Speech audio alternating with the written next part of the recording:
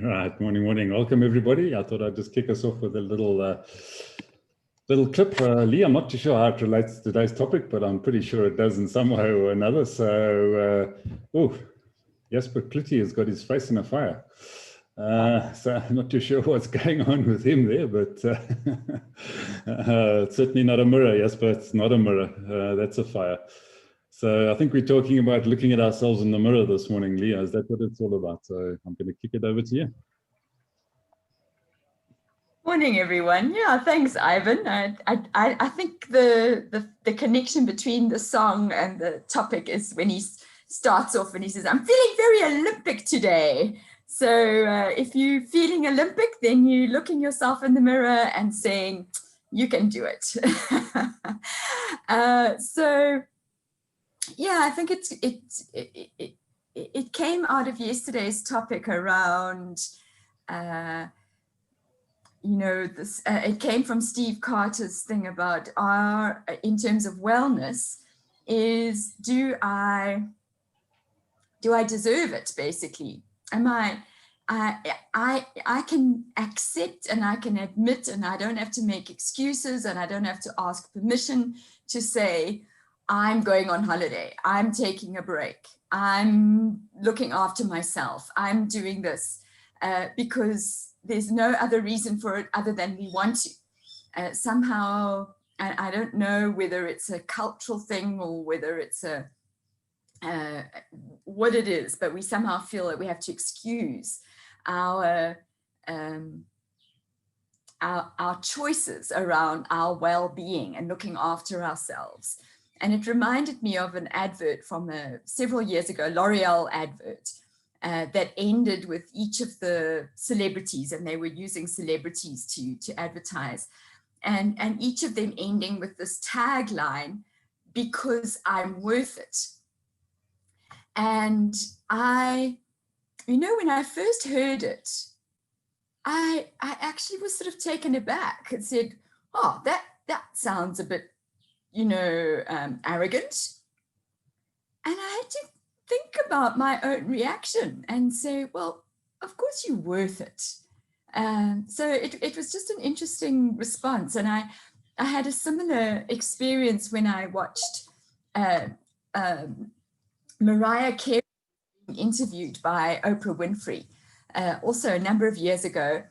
And she tottered down from the green room into the chair in these extraordinarily high heels, this extremely low cut top, and a mini skirt that was as tight and as short as you could possibly get. And I said, all my judgment is now, on high alert. And I watched this woman, I don't know if you know those Oprah Winfrey chairs, they're all open. I mean, they're sitting straight, looking straight at the audience. And I watched her perch herself down extremely elegantly on the edge of the seat. And I thought, you know what? If you can do that in front of millions of people and with that amount of confidence and that amount of poise, all kudos to you. And she would just became a sort of, and I'm not a Mariah Carey fan, but she just became an icon for me of self-confidence and self-esteem. And and I think because it's been a journey that I've had to go on over my life. I wasn't born with self-esteem, and there's no accounting for it because I came from a loving family, and I was the oldest. There were lots of things that I could do. I had lots of accolades at school. But somehow there was something inside of me that said, I'm not good enough, or I'm not pretty enough, or I'm not, there's always these not enoughs, not enoughs. And over the years, it's something that I've learned, I've grown, I've become more appreciative of who I am with all my foibles. And I've been able to look at myself in the mirror, and it's a simple thing, but it's not a simple thing, to look in the mirror and say, Lee, you are beautiful. Simple as that. So what is the what is the journey of what that you've been on in terms of how you look at yourself in the mirror, what your level of self-esteem is, how that's worked for you. Let's hear. Great, thanks, Lee. Yeah, so I think we're going to start with Trevor this morning. So how are your high heels and your mini skirt, and how would you arrange those in front of an audience? I'm not too sure, but so I've done that. High heels, mini skirt, and the whole touries in front of an audience, and it's no problem. So Lee, my only advice is I can only share with you that which I have done. So my gut feel is hardly ever wrong, and it's been like that right from the early days in my life. So I'm almost always right, except when I'm wrong, and then it's too late. So if you don't care about making a fool of yourself, and you do it honestly, and in fact, I remember having a presentation which was called something to the effect of talking from the heart, and that I've never been one to actually concern myself about perfection, about clothes, about any of that nonsense. And it's probably because I never had many when I was a youngster. So all of these things are relative. When you don't have anything, you don't worry about what you dress up in and what it is all about. And I think just listening to you, I thought to myself, well, how many mirrors have we got around the place, and how often do I look into the mirror? And it's never. So I couldn't care two hoots about what other people think. And I'm happy to share my opinions from the heart. And if they don't like it, well, they can go and get stuffed, is the way that I actually work. So I don't know how that helps, but I'd actually like to, there was something that I sent through yesterday, because we had a deluge here and lightning, like a storm like you've never seen. I wanted to share something about this WIFM, what's in it for me concept, which is obviously what got you here today. And I think for me, it's possibly the deepest foundation pillar of everything about myself and how I've gone through. And I've found that most people don't understand it. And that is by putting myself first. And making certain that, and Verne touched on it for me the day before, that your personal happiness, that you are relaxed in your own skin and who you are. In other words, just be happy about yourself. And putting yourself first is the most unselfish act any individual can do. Because when you do that, you actually recognize that other people have the right to put themselves first too. So if they have a completely different opinion to you, that is their right just as much as it is your right to be as happy as you want to be. So I absolutely understand Verne being as happy as she can be by being a smoker, when I think she's absolutely ridiculous doing that. But I recognize that she's putting herself first. And as a result of that, I've seen someone like Verne actually, by putting herself first and turning around and saying, hey, I want to grow together with you guys, has actually grown us, because she's respected us back. I'm having a stunning interaction with Verne, as much as I hate smokers, to the end of the earth and back. So I'm loving this distance between us, Verne. All right. Now, what's in it for me is about respecting yourself. And the deeper the respect you have for yourself, the deeper the respect you have for other people. I really wanted to add that into yesterday. Great, thanks, Trevor. Yeah, and I see Donovan agrees with you, Trevor, that I'm in the center of the universe. No, you're not. Absolutely. I am.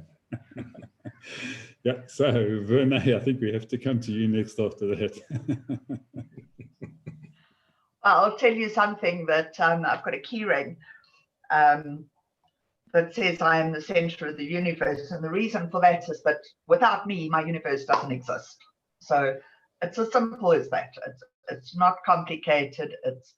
But I will tell you that I have a very low self-image, very low self-esteem. And it's something that I have decided to work on over the last 6 months, that I need to actually express what I can offer as a person in my business, which I've never been able to do. I've never been able to go out there and sell myself, to say, you pump up my chair. Anyway, I've never been able to. That just raises your self-esteem, Vinay. Don't worry about it. If you can't catch it, I'll have to break in here. So, yeah, I found it really difficult. And I remember when I first joined a Fourways Chamber of Commerce meeting, and my first 2 or 3 interactions with Trevor were terrifying. I mean, in an open forum, he actually said, "But what do you want? But what do you do?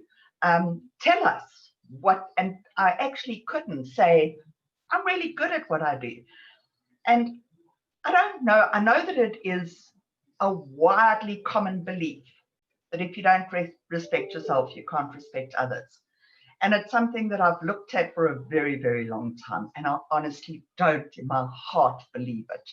I believe that I have great respect for other people that I work with. My mother, who is just, she's my hero. She is one of the most heroic women I know, and I have incredible respect for her. Some of the people that I work for that have ethics that I believe in, I have incredible respect for them. And yet I don't give myself that same respect. I don't see myself on the same level as those people. I see myself as they're inferior. But it is something I'm working on. And I remember I was in a relationship for 13 years, and I provided all the finances for the household, myself, my son, and my partner. And I used to feel really, really guilty about going to buy makeup. And I would look for the cheapest non-allergenic makeup that I could find. And it wasn't like I was battling. I had the money, but I would spend a fortune on anything for the house or for my son or for my partner. I could never, and I don't know where it comes from. My mother was always very giving with her money to us children. I mean, she sacrificed everything for us and sort of was quite mean with herself. But I don't know if it comes from that sense, but I've been on my own for 15 years now, and I still haven't quite grown out of it. I will still, for example, I bought an eyeliner, and the woman gave it to me and said, "This is really good." And I didn't look at the price, and I got to the till, and for a simple eyeliner, it was 250 Rand. And I thought, no, but wait, I can't do this. Then I thought, but yeah, you can. You're not looking after anybody else. So I am trying to work to the point where I don't feel guilty about these things. But I think it's at 56, it's taking a while to actually get there. So I hope that adds something to the conversation. Thanks, Renee. Of course it does. I also buy the cheapest makeup I can find. So, yeah, you see my eyeliner. No, but yeah, 100%. You know, and I think many people go through those, those things. So it's an interesting. I mean, I worked with a lady many years ago who grew up, during the Second World War. As a young child, and that influenced her deeply in the way she operated, and it's you talk about sometimes we think they're little things, but they have big impacts on our lives, and so it's interesting to hear those elements. So the man at the center of the universe, Donovan, let's get across to you next. Thanks, Ivan. Yes, apologies. First, I wasn't able to connect the last few days. I'm sure I missed out on a lot, and I'm glad I can contribute a bit today.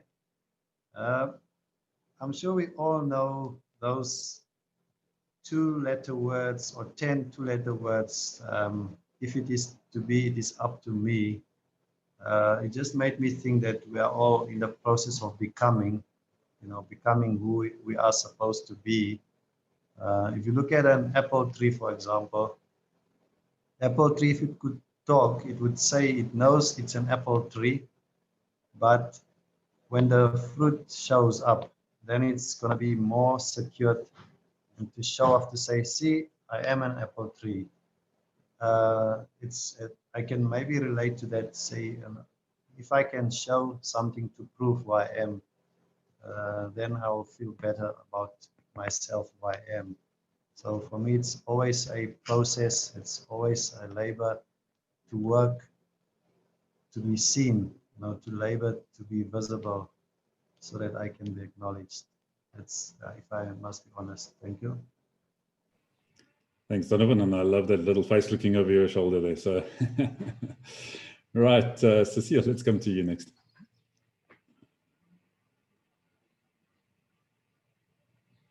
Cecile, are you with us? Cecile's busy on her multitasking again. Okay, all right, we'll wait for Cecile. Let's get across to Jasper. Morning.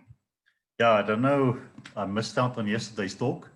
But just based on the discussions beforehand, I take it it's about be comfortable in your own skin. But how do you get there? Because I don't think we start there. And Vinay, I really appreciate you sharing, and just shows you how often we don't know what's behind the exterior, because I really experienced you on this Zoom meetings as a very relaxed but very confident woman. And I appreciate your comment or your contributions that you've had. But thank you for sharing. And I think that confirms for me that we actually don't know people until we start engaging with people.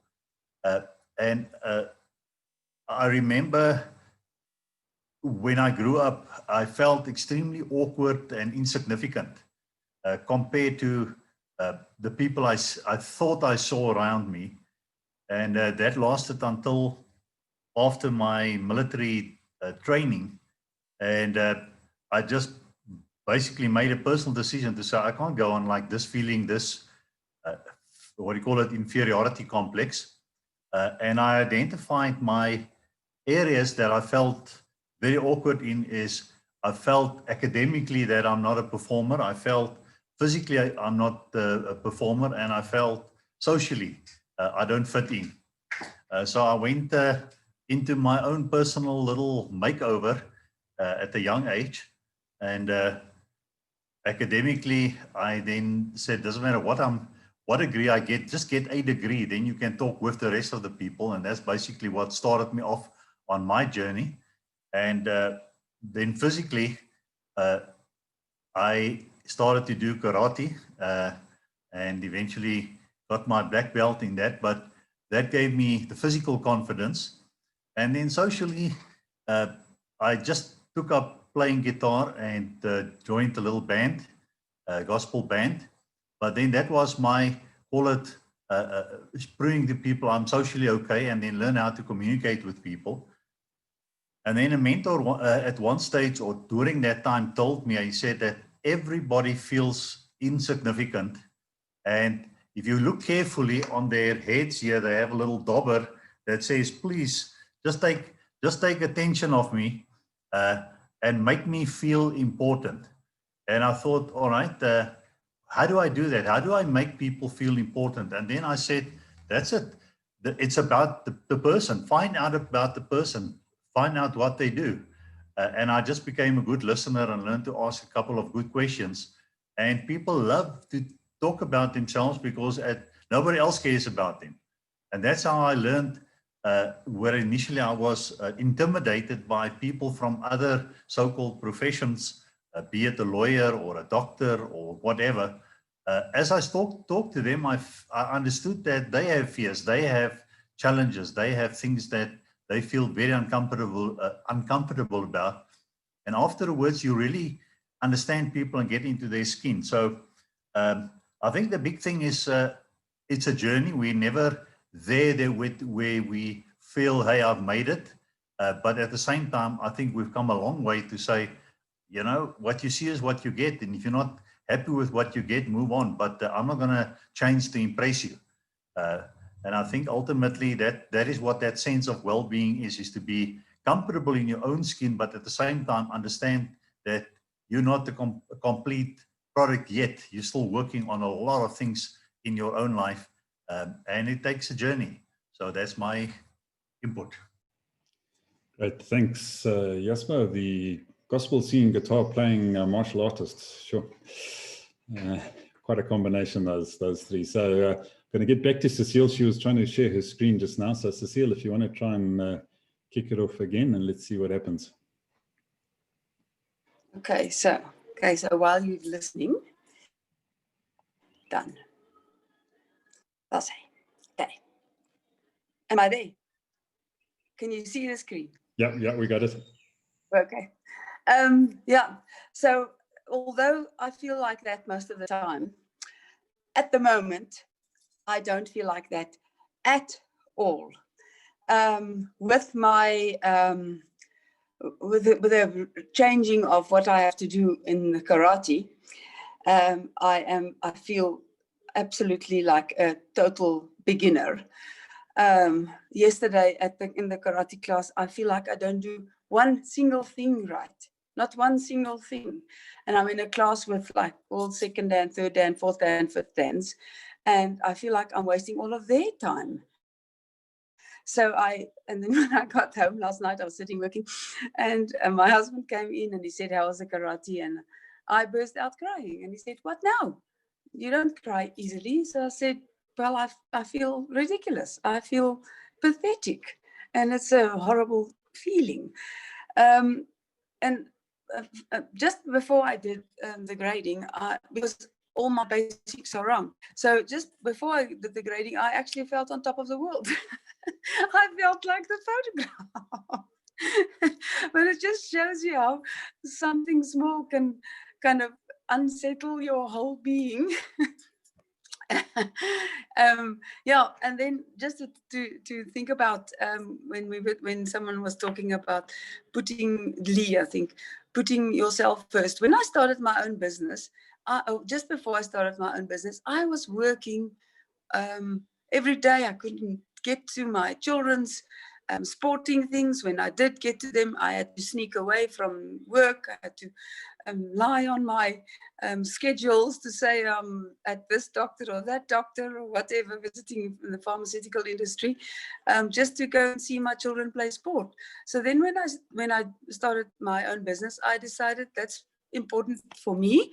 It's important for my children as well. So I will be at their sporting things and I will take time for myself. So in the last 16 years, well, the kids are big now, but in the last 16 years, if I wanted to go to a squash tournament and my business can wait here, it can wait at home, it's not going to fall over when I'm not there, I would go away for a week for a squash tournament, or I would, when we started being international referees, I would go away for 3 weeks at a time, because I don't see the point of having your own business, but your business keeping you at the business more than a person who's actually a salaried worker. We've got a friend who's got a swimming pool business, and he says that he can't, and it's a very, very good, strong swimming pool business. After 20 years, he can't even go away for a week in a year for by himself, because his swimming pool needs him his customer swimming pools need him every day. So I just think it completely defeats the object of running your own business if you don't have your own time.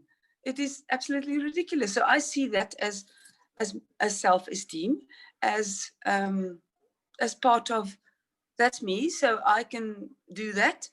The bank is going to be, my bank account is going to be slightly less, but my quality of life is going to be so much better if I do things for myself. So I'm a little back on me time, which I didn't think about yesterday. But yeah, but my self-esteem will pick up again every day. As I'm learning new stuff, I will be better off.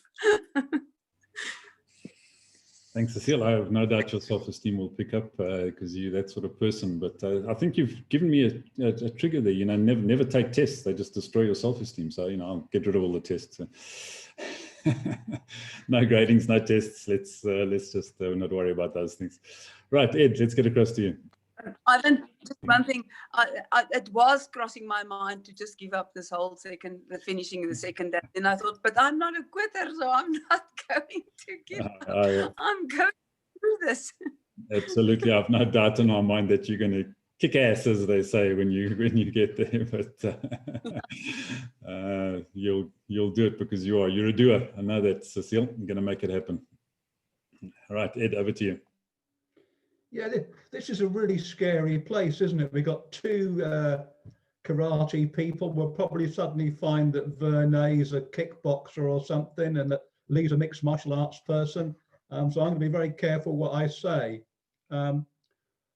When Lee mentioned looking in the mirror, it brought up a really nice memory for me. And then when Vernay mentioned eyeliner, it reinforced it. When Charlotte and I first left the family home, we had a mirror that was propped up behind the taps on the sink in the bathroom. And then one day I decided to put it on the wall. I actually got round to doing a bit of DIY, which I hate. And then in the morning, I heard Charlotte say, "Dad, come in here." So I went into the bathroom and she said, "Stand behind me." And she had her eyeliner in her hand. And she said, "What do you see?" And I suddenly realized I'd put the mirror up so I could see in it, but she couldn't, which taught me a really valuable lesson about we've all got different needs and different perspectives and all that sort of stuff. So it was a lovely memory, and thank you for that. I suddenly realized I didn't actually know what self-esteem meant. We often talk about it when I volunteer with the charity for disadvantaged children because we try and build their self-esteem. I thought, well, actually, I don't know what it means. So as you can imagine, I went to my dictionary. It was strangely silent on the subject. It just said a good opinion of oneself. Well, that's a bit strange. So I then went to the other place, Wikipedia, and that was fascinating. Because it said the identification of self-esteem as a distinct psychological construct has its origins in the work of the philosopher, psychologist, geologist, and anthropologist, William James somebody. So he was obviously an underachiever with all those different things he did. And he identified multiple dimensions of self with two levels of hierarchy. The process of knowing, called the I self, and the resulting knowledge about that, which was the me self. At that point, I gave it up because I never know when to use I or me. Is it me went to the store, I went to the store, me, and so I left it there. But I did discover that there's a national association for self-esteem. It's an American thing, promoting the importance of self-esteem. And it was actually born out of the Californian task force to promote self-esteem, personal and social responsibility in 1986. And it was seen as a way to solve the state's problems from crime and teenage pregnancy to pollution, which I found really interesting. So I think it kind of shows you the power of self-esteem. If self-esteem can be considered to solve those problems. And we definitely see it with the children in the camps that I go on. And I think people mix up sometimes self-esteem and self-confidence. They're two different things entirely. One's about abilities, one's about worth. And these children have so often been told, you're naughty, you're no good, you're bad. And we try to use terms like what you did was wrong, what you said was wrong. And then we talk to them and we listen to them, and then we include them in conversations and decision making. And they realize that they are worth something. Just being themselves, they are worth something. They don't need to have abilities, they just need to have themselves and be worth something. And then I start thinking about what happens if we have too much self-esteem? If we're talking about low self-esteem being bad, and I think people with low self-esteem make bad choices, they get pregnant, they do drugs, they get their girlfriends pregnant, they get into crime. And I think people with low self-esteem tend to try and feel better by making other people feel worse, whereas people with good self-esteem lift people up. I thought, well, what happens if you've got too much self-esteem? And then when I looked at another dictionary, it said a reasonable opinion of one's worth. Reasonable opinion. So I think it is possible to have too much self-esteem, to think too much of yourself. And the Greeks had a word for it, which is hubris. So I found that very interesting. And I think self-esteem is really either battered into us or battered out of us, because so many people have an upbringing where they're told they're good, they're bad, they're not good at something, they're rubbish. And I think a lot of people, self-esteem to them is their job, is what they do. And that's probably why Cecile's friend never ever leaves his swimming pool business, because it's so important to him. And I think that's why where I live in Cornwall, there are people that have had generations of the family have never had a job since the mines closed. And that's why there's high crime, there's low achievement. So I think we kind of sometimes build our self-esteem on the wrong thing, around jobs, around achievements, around things, rather than just innate self-worth. That's my thoughts on the subject. There was one other thing I was going to say, but I've forgotten what it was. Oh yes, I know. No one has mentioned Maslow's hierarchy of needs, because one of the levels in there is esteem, and I think it's broken down into two: esteem from others and self-esteem. And it's one of the levels of Maslow's hierarchy of whatever it is. So I'm surprised no one's mentioned it. So that's me. Oh, and Trevor, like you, I have absolutely bossed it, wearing a dress, a feather boa, a wig, and heels. And I think if you feel good about yourself, and I did feel good about myself, I went to a dinner party dressed like that, with no one expecting it, and I just carried it off. It was brilliant. Great, great. Thanks, Ed. And then after that, there's only one thing I can solve for you.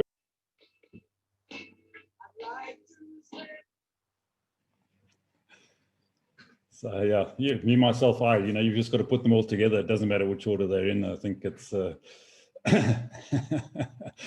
yeah, so fantastic, fascinating discussion this morning, folks. Really enjoyed it. Yeah, it's a very interesting one for me, because I've been pretty much a loner all my life, and never really enjoyed putting myself up in front of crowds, or standing up and talking, and doing those sorts of things. I've been the sports I played were individual sports, pretty much the ones I got good at. The things I like to do are out on my own in the bush, and with my camera and things like that. So is that a self-esteem issue? I don't know. Maybe it is. Maybe it isn't. It's a very interesting discussion. And Ed, yeah, I think people can have too much self-esteem. I had a recent experience, well, not me personally, but a member of my family, recent experience with a certain individual that managed to put his sticky fingers over all sorts of government funding here locally. And when he felt he'd been done out of a minuscule little deal, he got really on his high horse and said, "Oh, I've never done business like that. And, you know, how can you do this to me?" And, you know, it's all these ridiculous sort of posturing that came out of this individual who's a complete and utter criminal and has been for most of his life. And suddenly he was holier than thou in this business transaction that was tiny. You know, he'd just been fined tens of millions of rands for doing things wrong, and he was worried about a 450k deal. You know, it was quite amusing. So yeah, I think you can definitely have too much self-esteem. Maybe it's just misplaced. Maybe it's the psychopath element. I don't know. But yeah, human is a complex being, I think, and we have so many different layers and skin. So I think the only one that got it right was probably Shrek. You know, he said, you know, it's like an onion with so many layers, you just peel them off. So Lee, on that note, I'm going to have to hand it back to you. Well, let me check if there's anybody that's got something bubbling for them. Is there anything that you would like to talk about? Otherwise, where I was heading was along the lines of what Cecile was sharing about learning something new, and this. What is, and I think it's connected, as she's you know, she's right. We very often don't even put ourselves, I mean, she's at least putting herself in the place of learning something new, but that feeling of being of not achieving in the way that you would like to, and you know you can, and you have been there, but now it's you're not getting there, and the knock that it takes to your sense of who you are and your confidence. I put myself in there climbing a wall.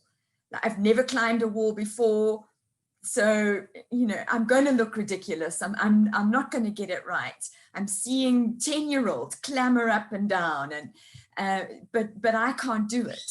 So what is it? And I think many people reach an age. Verne says she's 56. I'm 56.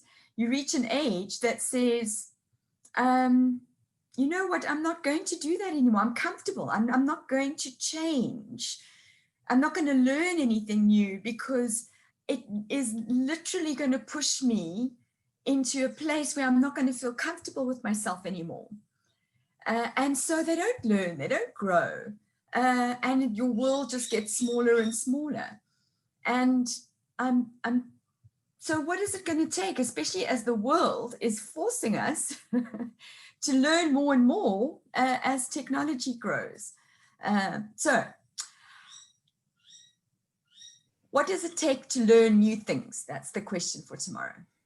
It's quite simple. I can answer that for you now. You just have two partners that put you in a position that you can't get out of, and you've just got to do it, you know. So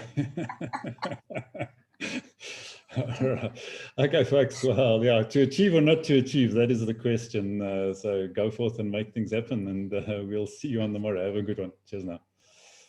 Thanks.